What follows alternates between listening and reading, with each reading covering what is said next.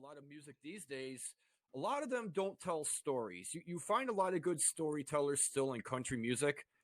You'll find some really good stories in there that'll tug at the heartstrings, which is good. But in other places though, it's not so much. But nowadays, you look at a music video and a song, and you sit back and look at it, and you're like, "What in the hell am I listening to?" Exactly. Don't worry, Cardi Exactly. B, we're not going to rip And on you. now, well, you know what? As crazy goofy as that woman is, uh, I actually kind of have a little soft spot for her, man. I don't know. Maybe it's I don't know. Maybe because she just has a comfortability with herself, and I was like, it kind of gives you a little bit of a laugh too, even though it's music. She can still give you a little bit of comedy too. You know what I mean? And I think that alone is the reason why people mostly gravitate to her, besides the other stuff that she was known for. But like now, it's like the new people that's actually seen her, that don't even know about her past life. It's like, this woman is freaking funny. I know, right? Whoever thought they'd But do a porno in the Willy Wonka chocolate factory at the same time in a music video. people, man, I like, where do they get these ideas? But like now, like it's now, because now a lot of artists are like, even like J. Cole, which I admire his hustle too, because he took a mainstream label and could have got signed for it, and he was like, nah, I'm gonna make my music, and I'm gonna get it to where I need to go, and build off of that. Which a lot of artists now, they're starting to be more wise and go more independent than going mainstream, because when you go mainstream, there's a lot of rules and all other stuff, and their creativity probably out the window. So it's a seesaw thing, and especially with the guys that I talked to from AYN and Shadow Box Entertainment, they're artists. They're doing more entertainment, independent music, which is really good. Which you can find them on YouTube, and you can look up Dice Man and Roy Wright, Rain, listen, Fame Bird, and they have a whole group of these guys that I heard their music, and I was like, man, this is good stuff, and because they have a good story. They have there is a reason why they're doing it. You can tell they're passionate about what they're doing. I stumbled on this one artist. Her name is Sabrina Claudio. I don't know if you ever heard of her, but man, her voice is like a freaking angel, bro. I'm like, man, who is this girl? Right. She had a song that's called Tell Me. It's the acoustic version. Man, I was like, wow. You know what I mean? And then I haven't heard an artist like that on the acoustic side since NDRE, or maybe Lauryn Hill or anything back then. Maybe Taylor Swift, because she do her thing too. Gotta give her props. But when I heard her, I was like, man, this girl is amazing. Like, why she ain't out on a bigger platform? She's freaking good. And I feel bad for artists now, because now they have to do so much hustle to get their music going, because they're overshadowed by the BS, Yeah, but one thing I always agreed upon is that good music will break through that. The BS only lasts so long, and the problem too is that the BS is a repetitive cycle. Labels are always looking for the next big thing. I mean, we just talked about Cardi B for a second. Megan Thee Stallion is going to take her title and push her out the way, and Megan Thee Stallion's going to be the next big thing. And I like Megan Thee Stallion.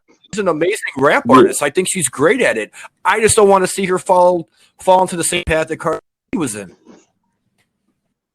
Yeah, and that's pretty much where it's going, and I was telling my friends back, that was like, man, back then these women had to do so much stuff just to get a record deal. I was watching Eve's documentary about her life, whatever, how she got signed to Rough Riders when she used to be rapping, and she had to go through a cipher.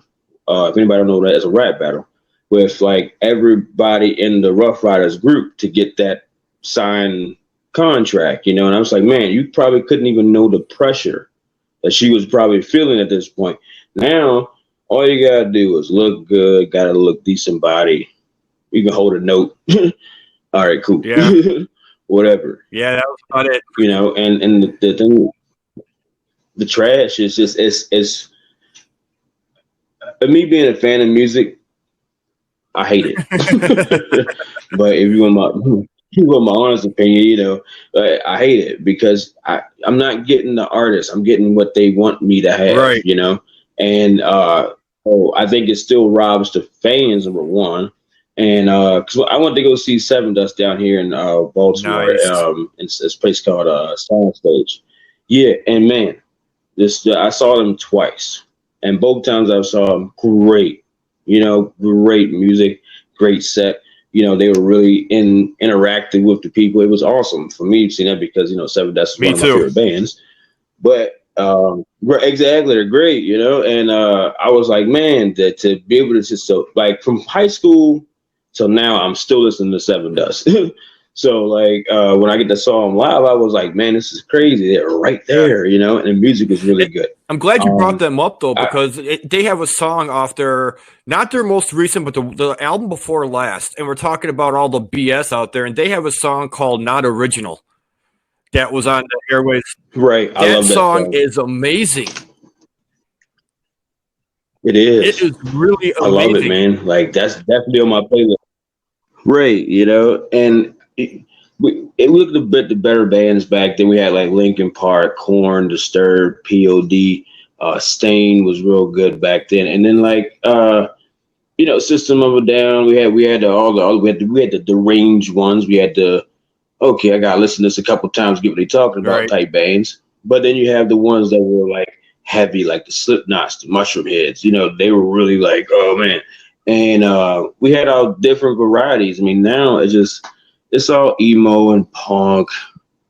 And I'm like, man, I'm just so tired of hearing about people cutting their arms. Yeah, it was funny you say that because my last guest Like, in the show, Eric Durbin, he's the lead singer for Hairbangers Ball, and we were talking about this, and he brought up a good point, like what's really defined as rock these days, and it's the platform and the genre, the way it's identified as rock has changed so drastically. Now it's like 21 Pilots and Mumford and Sons are considered rock, and it's like, no, no, that is not rock. right?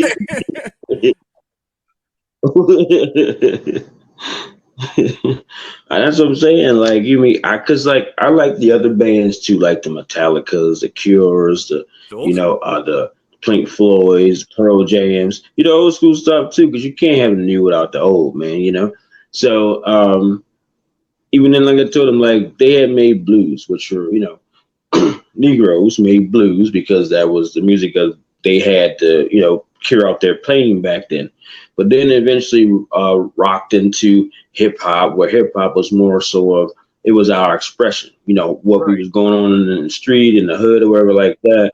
We made our voice known, like hey, and we basically was trying to get the next generation to say, hey, this was our life. We don't want it to be Right. your life.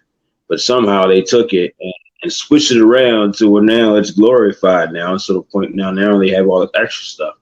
And I don't get the marketing nowadays because like one thing works okay, but now it's becoming redundant to a point where you don't really want to listen to this stuff Absolutely. anymore. So I mean, and even with the bands, like I've been trying to find like good bands and stuff, and thank God you gave me your link to your podcast to listen to other people and stuff like that. A really good refresher because Lord knows, like That's what we aim to do. it's been a venture trying to find good bands. Like once Wayne Static from Static X died, and I was like, oh man, there goes that band. Because that was a really good band, and that was one of my Yeah. high school bands. And I mean, now it's just that I think music need a refresher, and they have to let these artists be more creative and not give us that what idealistic artists, quote unquote, because nowadays people don't even No, play they don't. instruments. I mean, when the last time we play instruments? Like I'll be like, hey, you play guitar? Oh, I ain't played in like 40 years. You Dang, would be man. surprised though, because there is a large amount of people out there, and predominantly, I'm seeing it a lot. It's happening in the younger generation. You're seeing a lot of these child prodigies coming out the woodwork that are just picking up a guitar and just shredding the hell out of it. And it's Yeah, amazing because a lot of these artists took years to right. perfect it, and here these kids are doing it in a matter of months. Yeah, it's like they're being born know how to play the keyboard or something. You be Yeah, like, man, how are you doing that at fucking at like 4 yeah, years old? yeah.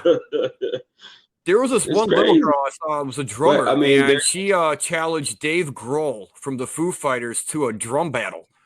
And I guess they actually did have it through oh a man, virtual thing where she did a video and he rebutted, and they went back and forth with it. And it was one of the coolest things ever. oh man. See, you know what? I think even though COVID is really like the really downer right now for people, but in a way, it kind of got people to be able to really connect with some of these artists and their superstars, you know, and celebs a little bit because now that everybody always free Yeah. time. It's like why not answer somebody back and blah blah blah. So I get it. So it's cool. But I can't wait till this stuff is over so we can get back to doing it. I'm dying Oh, to you go and to me a both, concert. man. I want to throw a concert with this whole show that I've been doing, and I'm up here in Green Bay, Wisconsin. And there's a lot of good places for something like that to go on. So Okay. my goal in the future is that once all this passes, I can get in touch with a couple of the bands that's been on my show, and literally be the first person to throw the first concert Right. venue and get those bands there to play.